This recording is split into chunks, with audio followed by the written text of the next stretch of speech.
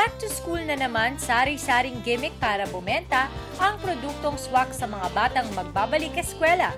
At ang mag-asawang bag specialists na si Jonathan at Joy Ong ay nakaisip at nakagawa ng mga bagong bag designs na magiging click sa mga chikiting. Tinawag nila itong hoodie bags. Inspiration namin, actually, based on personal experience, yung mga anak ko, bigla ayaw nila magdala ng payong, pero 'di ba kailangan natin sila maprotektahan. So naisipan namin kung may jacket kasi or kaya parang raincoat, ayaw din ng mga bata. So naisip ko na lang yung backpack, lagyan namin ng hood, and then napo-fold rin naman siya. Kung gusto nating i-fold, pwede rin siyang i-fold.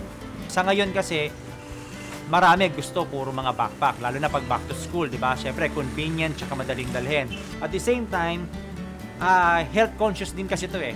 Dahil, di ba, usually nagiging problema pagka nag-backpack ka, mabigat ang laman mo. Yung spinal cord ng tao, pwedeng maapektuhan.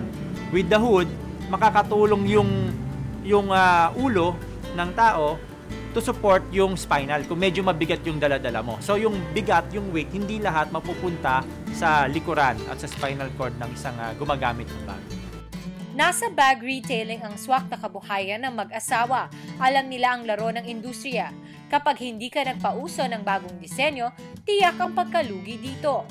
Kailangan ka maging innovative talaga. Kailangan mong mag-isip, kumuha ng iba't ibang inspirasyon kasi ngayon, uso talagang gayahan. Pero so far, hindi pa naman siya ngayon nagagaya. And siguro, iniisip nila parang baka hindi mag-click or natatakot silang mag-risk kung masyadong yung design eh. Masyadong bold.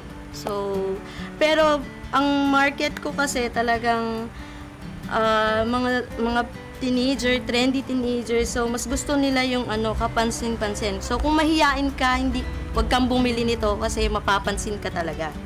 Kasama rin sa strategiya sa bag business ang presyo at kalidad ng produkto, pati na rin ang captive market. Dahil kapag bata ang tinarget mo, tiyak dala mo ang buong pamilya sa pagbili nito. May market yon, lalo na mga parents, di ba? Ang cute yata pag makita mo anak mo nakaganito at naka-hood. So, may market sa lahat.